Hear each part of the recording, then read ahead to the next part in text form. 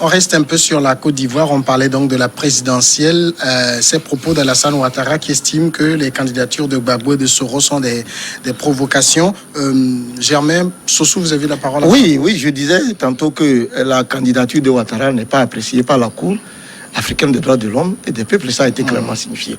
Alors, les troisièmes rallongs vont rentrer en jeu. C'est pour cela que je dis que je réfléchis après le 31 octobre. Alors, la France se tait jusqu'à présent. Oui. Mais les pays frontaliers aussi de la Côte d'Ivoire sont là aussi. Ce qui va se passer, c'est quoi? C'est que Ouattara tient véritablement à son troisième mandat, n'est-ce pas? Alors, je l'ai dit tantôt, pour qu'il soit, il a eu des alliances qui n'existent plus aujourd'hui. Ça voudrait dire que les candidats qui ont été aujourd'hui acceptés, il suffit seulement qu'une réflexion se fasse là-bas au niveau des candidats, les 4 candidats que la Cour constitutionnelle a validés, ou si vous laissez le candidat de Ouattara les autres, il suffit d'une réflexion, vous allez voir que les choses vont se balancer tout à l'heure, y compris Gbagbo lui-même. Mais mis à part cela, si demain même on devait arriver à la violence en Côte d'Ivoire, qu'est-ce qui va se passer? Ouattara, tenant à son troisième mandat, devra véritablement engraisser les pays frontaliers qui sont autour de la Côte d'Ivoire pour empêcher une quelconque rébellion. Autre chose, pour qu'il soit, malgré qu'il ne serait pas efficace, parce que vous voyez quel est son âge aujourd'hui, puisqu'il tient véritablement à rester dans ce fauteuil, la France elle-même devra composer avec Ouattara. Et ce qui va se passer après l'élection, c'est que les Ivoiriens ils seront plus pauvres qu'avant. Parce que Ouattara, lui, il devra conserver le pouvoir. Et pour le conserver, il fera tout pour qu'il n'y ait pas de rébellion. Et pour qu'il n'y ait pas de rébellion, il devra signer, il devra concéder des choses, engraisser les pays frontaliers. Pour que la France l'accompagne, il faudra qu'il concède des choses. Mais ça va être au détriment pour que Guillaume Soro se taise. Si demain vous avez vu, on fait taire Guillaume Soro, sachez que des choses ont été compromises pour la Côte d'Ivoire. Donc, moi, c'est mon inquiétude. C'est ce qui me fait mal. Parce que la volonté de Ouattara à rester au pouvoir, dont tout le monde n'est pas d'accord. À son âge, qu'est-ce qu'il veut faire encore? Et quand je parlais tout à l'heure du mensonge d'État, il a dit... Il le dit dans Paris Match, il parle de sa candidature comme d'un véritable sacerdoce. Voilà. Alors, voilà son âge. Il avait même dit publiquement qu'il souhaiterait aller se reposer. Aujourd'hui, toutes ces alliances qu'il avait portées ne sont plus avec elle. Comment voulez-vous? C'est pour cela que je dis qu'en dernier ressort, si même Guillaume Soro sortait de sa position actuelle, décide et convainquait les autres finalement de trouver parmi les 4 candidats de l'opposition, si ce n'est pas, parce que à part les 2 qui sont âgés, à part le président Bédié qui a 86 ans, le président Ouattara lui-même qui a 78 ans, vous avez deux autres. Vous avez l'un qui a 67 ans, qui est Afi Nguessan, et puis l'autre qui a 51 ans. Donc, oui, Kakabé. Alors, donc, ça veut dire que s'ils veulent tous rester dans la dynamique de la jeunesse, il suffit d'une réflexion. Ils peuvent combattre Ouattara dans les urnes. Et là, ils ont même la possibilité, si jamais, comme le cas de Gbagbo risque encore de se présenter de plus lourdement que 2000. Voilà. Donc, il suffit seulement de réfléchir. On peut quitter la stratégie de la force pour revenir à la stratégie électorale dans la perspective véritablement de mobiliser les gens. C'est possible en Côte d'Ivoire, à moins que Ouattara décide véritablement de vendre toute la Côte d'Ivoire pour rester sur son siège. Voilà. Est-ce qu'il est quand même possible que depuis Paris, Guillaume Soro puisse mener la fronde anti-Ouattara?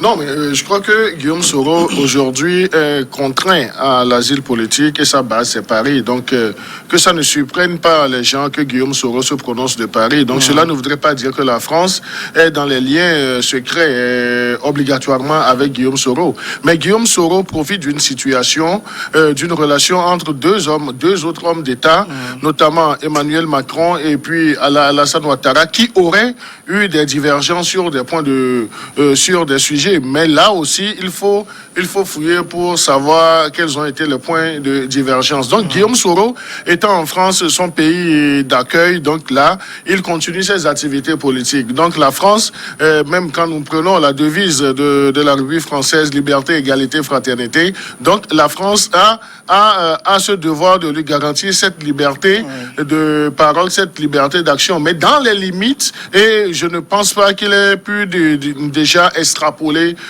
ça. Mais moi, je voudrais revenir un peu sur... la France ne demande pas, ne fait pas tout pour que Guillaume Soro rentre?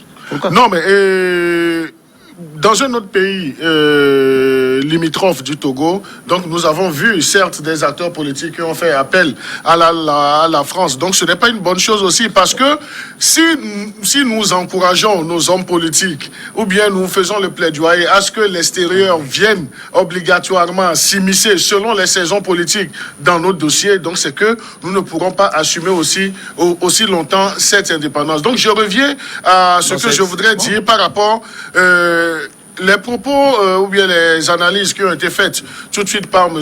Germain Sossou. Il y a une partie, donc je crois que... Mais il ne faut pas qu'on oublie, c'est comme si nous sommes dans une scène théâtrale politique. Amen. Et le jeu de rôle, ou bien le rôle des acteurs est très important. Guillaume Soro, comme Alassane Ouattara, furent acteurs politiques qui ont joué des rôles complémentaires. Aujourd'hui, il y a pas de changement d'acteur, mais les rôles ont changé. Parce que Guillaume Soro se retrouve aujourd'hui désolidarisé de M. Ouattara, et il joue à l'opposant farouche. Alors que c'est lui. Tout ce que on va reprocher aujourd'hui à la gouvernance de monsieur Alassane Ouattara, mais s'il faut aller loin, M. Guillaume Soro a sa part de responsabilité. Donc là, lui ne peut pas se poser aujourd'hui comme quelqu'un qui est clean. On sait qu'il est dans une démarche de conquête du pouvoir, et puis tout est bon pour accabler celui qu'on a en face. Donc, il joue pleinement ce rôle, mais il ne faudrait pas que les gens occultent les réalités pour poser un certain Guillaume Soro comme la solution à la Côte d'Ivoire. Maintenant, je voudrais revenir pour qu'on puisse comprendre certaines réalités. Guillaume Soro, en disant à Paris la dernière fois que le 31 octobre présidentiel n'aura pas lieu, soit il a des arguments. Et là, non seulement des arguments, mais des stratégies. Et l'une des stratégies, je crois qu'ils ont déjà enclenché ça par leur appel à la désobéissance civile. Qu'est-ce que cela voudrait insinuer? Donc c'est que les 4 candidats, les 3 candidats contre Ouattara ont déjà tissé, disons, une certaine relation pour dire: nous allons rendre le pays ingouvernable, on ne va pas participer aux élections.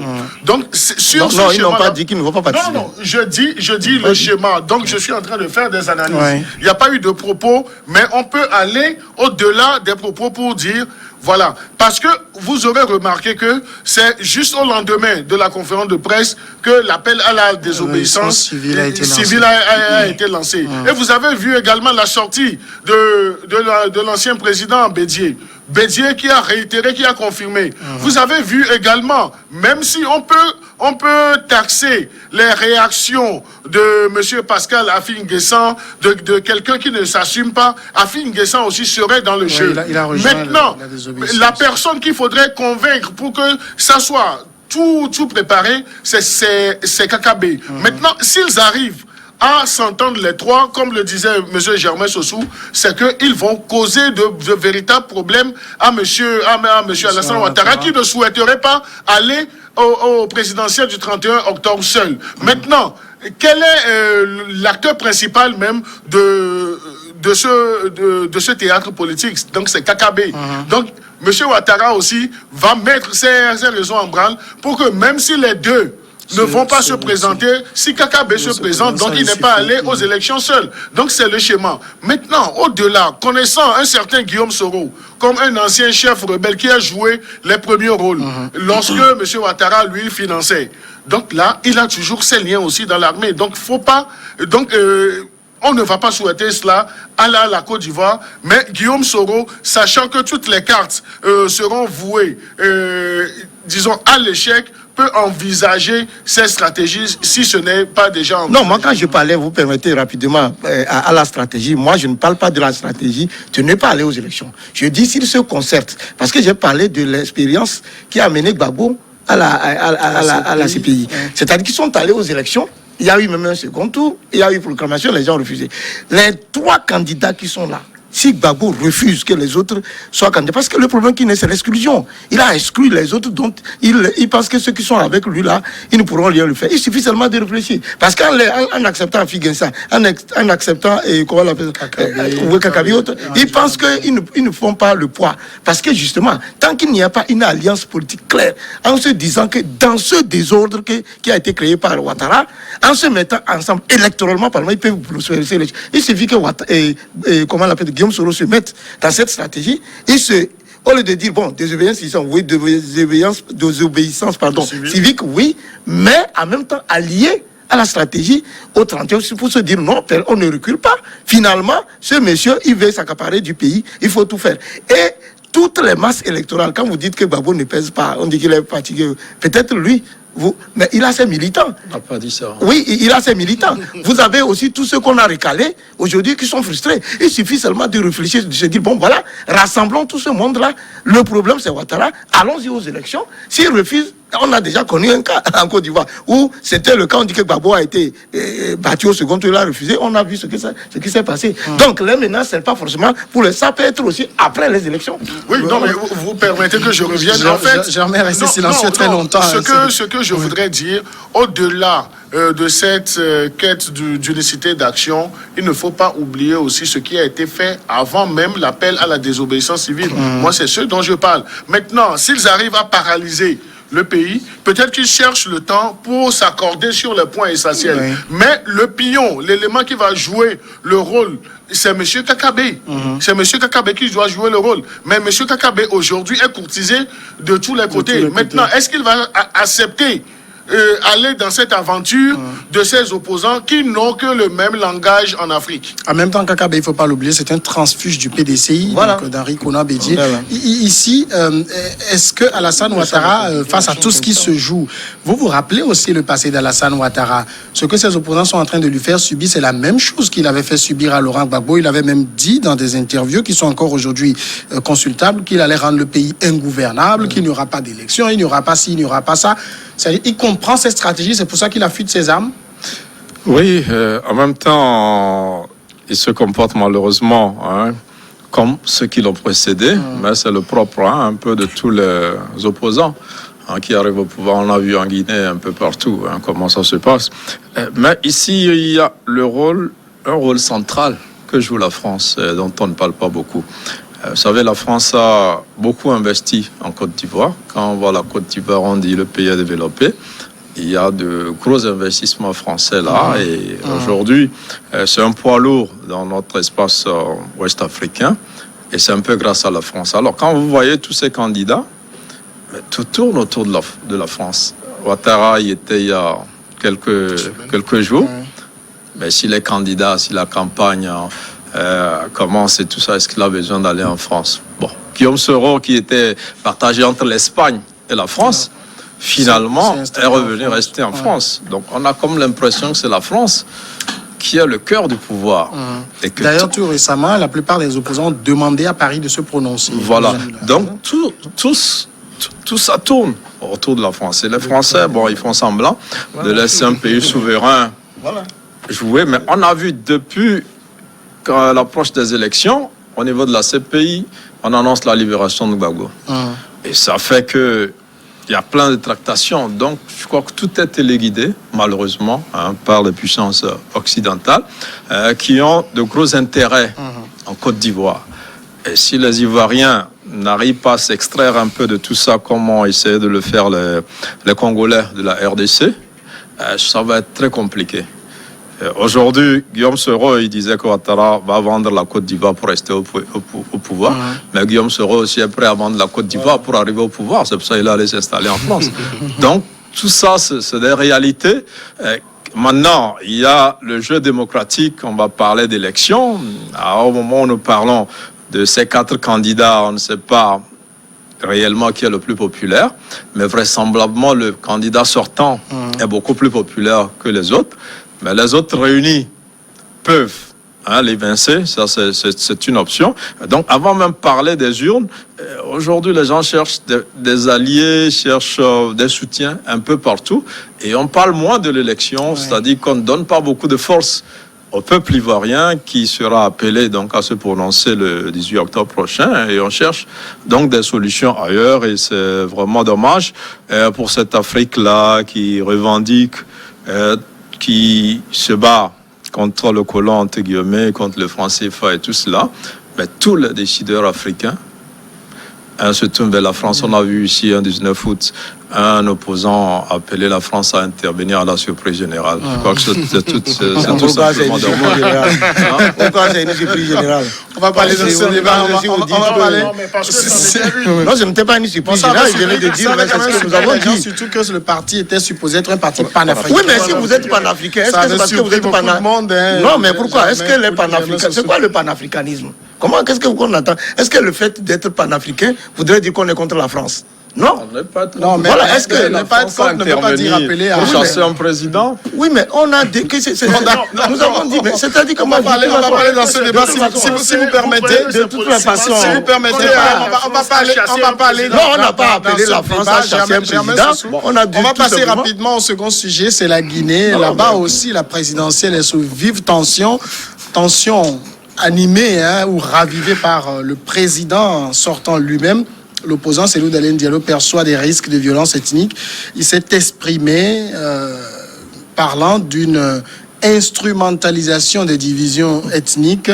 Je suis convaincu que cette élection, je vais la gagner, je peux la gagner, a déclaré M. Diallo, déjà candidat malheureux en 2010 et en 2015. L'appartenance ethnique est considérée comme un facteur de vote déterminant en Guinée, mais l'opposant a noté des avancées dans la confiance entre les différentes composantes ethniques. Mais ce qui est intéressant, Germain Sossou, ici, c'est que le président Alpha Condé lui-même s'est exprimé dans le week-end, enfin pas le week-end, je pense mercredi, en Malinké, en s'adressant directement aux gens de chez lui, en leur demandant de ne pas voter pour un Peul. Et on sent que on invite ce communautarisme qui n'a rien à voir avec la politique, mais on l'invite dans le jeu. Vous savez, cette problématique-là, elle est inhérente à presque tous les pays africains, surtout africains francophones. Lorsque nous sommes rentrés en 90 en démocratie en Afrique, la plupart même des chefs d'État qui avaient tenu les rênes de pouvoir de façon dictatoriale pendant un certain nombre d'années s'en sont servis pour garder le pouvoir. Et puis, à la longue, beaucoup de politiques, les professeurs d'université ont posé le problème, la problématique, pour que le vote puisse cesser d'être identitaire, qu'il cesse d'être donc ethnique et régional. Malheureusement, vous savez, 30 ans de démocratisation, nous n'avons pas encore réussi à faire parler les projets de société. Alors, généralement, une telle personne crée un parti politique au lieu de chercher à savoir véritablement qu'est-ce que la personne propose, quelle est son idéologie politique, qu'est-ce qui l'a mené en politique, qu'est-ce que la personne est capable de faire, en combien de temps. On cherche d'abord à savoir quel est le nom de la personne. En fait, la personne est d'où? Et ça, dans nos contrées, c'est ce que les gens font. Et jusqu'à présent, malheureusement, malgré les efforts des écoles et autres écoles politiques, tout ça, là, ça continue. Et malheureusement, des grands professeurs d'université comme M. Alpha Condé, qui sont arrivés, qui ont fait plus de, je ne sais pas, 40 ou 50 ans dans l'opposition, qui ont compris véritablement la nécessité de faire avancer la démocratie, qui se prêtent à ce jeu-là, c'est dommage. Mais, quand cela ne tient, vous savez, au Mali, le problème s'est déjà posé en 2010 déjà. Le problème ethnique s'est déjà posé. Quand M. Diallo a été aux élections la première fois, ça n'a pas marché. Il avait déjà dénoncé, parce qu'il y a eu des tueries, tout ça.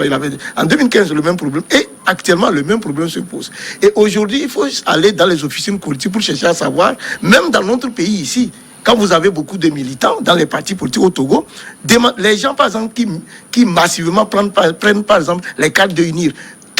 Quel est l'objectif pour lequel les gens prennent le cadre? Le parti même doit se poser la question. Combien comprennent l'idéologie du parti uni? Là, des gens, même des journalistes, des frères ici qui viennent, qui défendent, vous les demandez quelle est l'idéologie politique de UNIR? Les gens ne sont pas capables de vous dire. Non, mais c'est pour vous dire. Je parle de l'Afrique en général. Vous parlez de l'Afrique, mais vous faites une focalisation sur le parti politique dans un pays. Oui, par exemple, je vais aller. Je continue. Oui, je continue. Oui, c'est parce que c'est-à-dire que oui, les gens ont milité hier. Oui, les gens ont milité hier, par exemple, au CAR.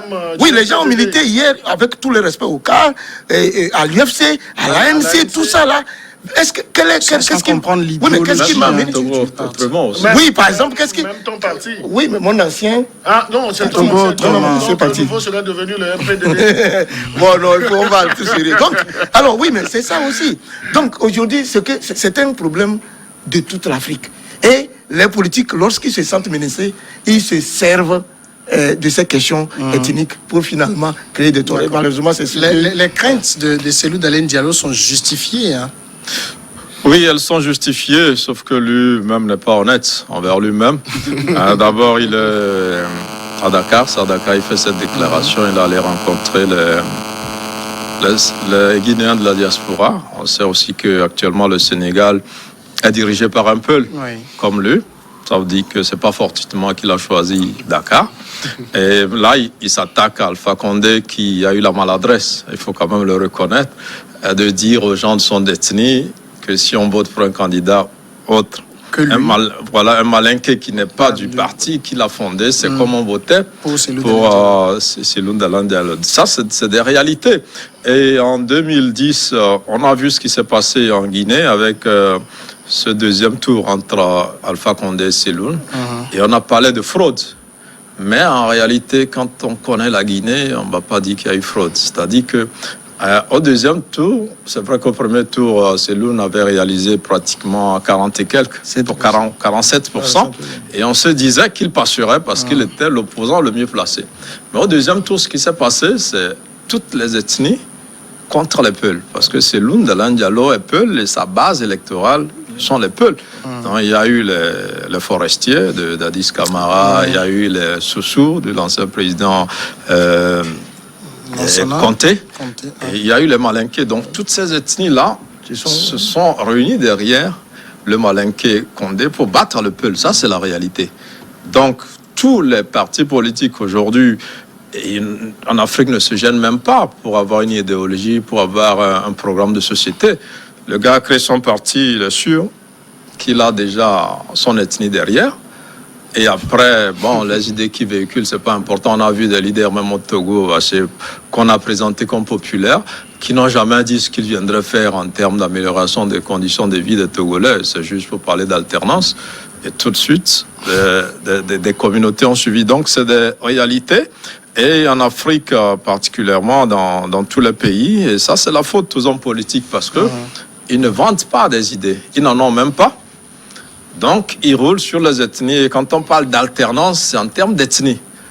Voilà, telle ethnie ou tel groupe d'ethnies, ils sont restés longtemps au pouvoir. Il faut qu'ils partent pour que telle ethnie arrive. Et c'est comme ça les militants perçoivent malheureusement l'alternance dans nos pays. Et donc, aujourd'hui, en Guinée, par exemple, les peuples ont envie de faire l'alternance parce que pendant longtemps, le pouvoir est resté Soussou avec le premier président Sékou Touré, après Lansana Conté. Donc les Malinké ont eu leur mandat avec Alpha Condé. Et donc tout logiquement, les Peuls aussi attendent d'avoir le pouvoir, comme ça s'est fait aussi en Guinée-Bissau avec... Oumaro Sissoko. Voilà, lui, c'est un Peul aussi. Donc, dans la on a vu aussi la rage avec laquelle Condé l'avait combattu. Voilà. Donc, vous voyez un peu que ce n'est pas la faute aux hommes politiques, parce que c'est pas entièrement, j'ai dit c'est leur faute, c'est pas entièrement parce qu'ils portent les espoirs de leur communauté, qui se disent, dans nos pays africains, c'est quand vous êtes au pouvoir, la communauté en profite. Oui. Et donc, c'est comme ça que la chose est présentée. L'alternance est forcément vue en termes ethniques dans nos pays. Mais Cellou Dalein Diallo, quand il fait les manifestations, quand vous allez en Guinée, la plupart, c'est des Peuls qui remplissent ces manifestations. Donc, c'est une réalité. Mais un homme politique, il veut surfer sur cette maladresse de Alpha Condé pour dire qu'il tribalise un peu le débat et qu'il y aura risque d'affrontement ethnique. C'est vrai que mais Samuel, ce qui a aussi consolidé cet aspect, ce qui a consolidé ça, ce sont les inégalités sociales remarquées depuis plus de 30 ans. C'est-à-dire que quand on est rentré en politique, et les gens se sont servis. Parce que quand vous êtes un Malinké, ou ici, quand vous êtes un Côte-Colu, un Kabia ou un Maasai, quand vous prenez le pouvoir, mais la moindre des choses, c'est que ce qui est le bien public devra être... une égale répartition. Voilà, parce que quand vous faites ça, vous allez combattre immédiatement ça. Mais malheureusement, qu'est-ce qu'on se rend compte? Qu'est-ce qu'on remarque? C'est que quand vous prenez le pouvoir, d'abord le pouvoir lui-même, c'est les gens de votre ethnie qui sont autour de vous, vous formez un clan. Même l'armée qui est censée vous protéger, vous oubliez parce que vous-même, votre survie, vous dites que c'est des gens de chez vous qui doivent véritablement vous... Non, quand les idées... Non, ça aussi, ça a participé. Et l'autre qui a envie véritablement de sortir de ça, mais qui voit que pour avoir du boulot, malgré qu'il a été qu'il a les diplômes, mais parce qu'il n'appartient pas au clan politique, parce qu'il n'est pas de cette ethnie, même chez nous aussi, faites les études, mon cher Germain. Faites les études, vous allez voir comment nous sommes constitués. Prenons le gouvernement tourné actuel. Il y a combien de membres de l'ethnie du président? Nous faisons le débat pour aller de l'avant. Donc il faut avoir la parole, si vous permettez. Si vous permettez, c'est vrai que on peut dire que c'est, je sais pas, je peux l'appeler une spécificité africaine, ou même pas ailleurs. Vous avez les hommes politiques qui ont aussi ces replis identitaires. Quand ils sont en difficulté, ils reviennent chez eux. On a les cas en France, un peu partout. Mais inviter ça dans le débat électoral, c'est ce qui peut provoquer des tensions politiques. Oui, donc ce qu'on peut reprocher à Alpha Condé, c'est d'avoir facilité cette invitation. C'est vrai que le clivage était là. Donc le clivage était là. Et puis les hommes politiques ont par le passé surfé sur cela, même jusqu'aux dernières élections en République du Guinée. Donc les gens ont surfé sur ça. Son opposant, l'opposant à Alpha Condé, monsieur Céline Dalin Diallo, donc lui aussi, il surfe sur ce côté Peul. Donc, monsieur Alpha Condé aussi a voulu donner une réplique, mais c'est mal fait parce que on ne devrait pas amener les militants, bien les votants sur ce terrain de tribalisme, bien d'ethnicisme. Donc, on devrait éviter ce débat, aller sur le véritable terrain. Le véritable terrain, c'est le programme de société, le projet de société. Qu'est-ce que vous voulez proposer aux populations pour leur bien-être, pour leur développement? Donc, c'est ce que les populations aussi doivent demander.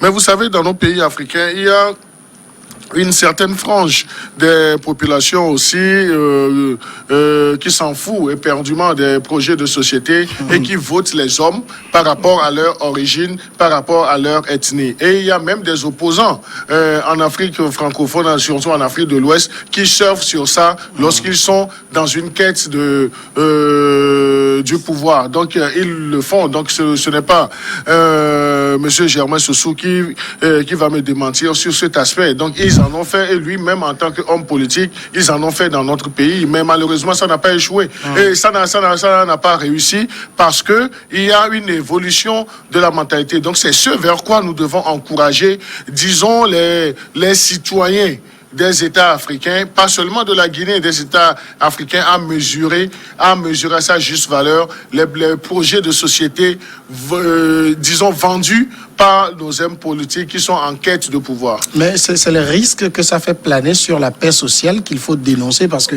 quand vous êtes président en exercice et que vous dites ouvertement aux gens de chez vous, si vous votez pour un autre candidat que moi, c'est que vous avez voté pour telle ethnie, vous opposez deux ethnies de votre propre pays. Oui, non, mais ça, nous convenons. Mais nous convenons également que M. Alpha Condé a fait dans l'exagération. Donc, il a fait dans l'exagération. Donc, je ne sais pas s'il aura les moyens de récupérer cela. Mais nos réactions sont toujours consécutives ou bien conséquentes à certains faits qu'on peut ignorer, mais qu'on a assez réfléchi. Donc là, certes, nous condamnons aujourd'hui, ou bien on peut condamner M. Alpha Condé, mais si M. Alpha Condé est arrivé à ce stade-là, c'est parce qu'il y avait eu des jalons, des épines. Donc aujourd'hui, nous ne pouvons pas dire sur ce plateau que la tournure du débat politique, aujourd'hui, du côté de la côte de la Guinée-Conakry, que c'est une bonne chose. Nous condamnons. On ne doit pas inviter le tribalisme, l'ethnicisme dans la politique. Donc on doit vendre son projet de société. Et s'il arrive qu'un chef d'État le fait, donc ça c'est grave. Mais heureusement que ce n'est pas encore fait dans notre pays. Non, justement, parce qu'il faut déjà condamner chez soi. Il faut déjà condamner chez soi. Il faut déjà condamner chez soi avant d'aller chez les autres. Quand chez nous, quelqu'un. Non, quand chez nous. Oui, quand chez nous, un chef de l'État maire, une ordre d'officier prend le pouvoir et donne à une personne, ça, ce n'est même pas le pire. Quand un chef d'État sort, il dit, on m'a dit, si nous laissons le pouvoir, on ne sera plus rien. Quand on dit nous, là, c'est qui? Quand on dit, non, vous m'excusez, quand on dit, non, attendez, j'ai dit, quand on dit, Non, c'est pas. Quand on dit un instant, quand on dit, non, mais ça, vous êtes un journaliste. Rappelle-nous la date et le lieu. J'ai dit, quand un homme politique, La date et le lieu. quand un homme politique raconte dit, des histoires. quand un homme politique dit, C'est vrai que les gens prêtent cette phrase au président, mais on l'a jamais entendu le dire officiellement. Non, mais je crois que M. Sossou, c'est pas on va aller à la pause, la grande pause, on n'a pas les éléments de réponse.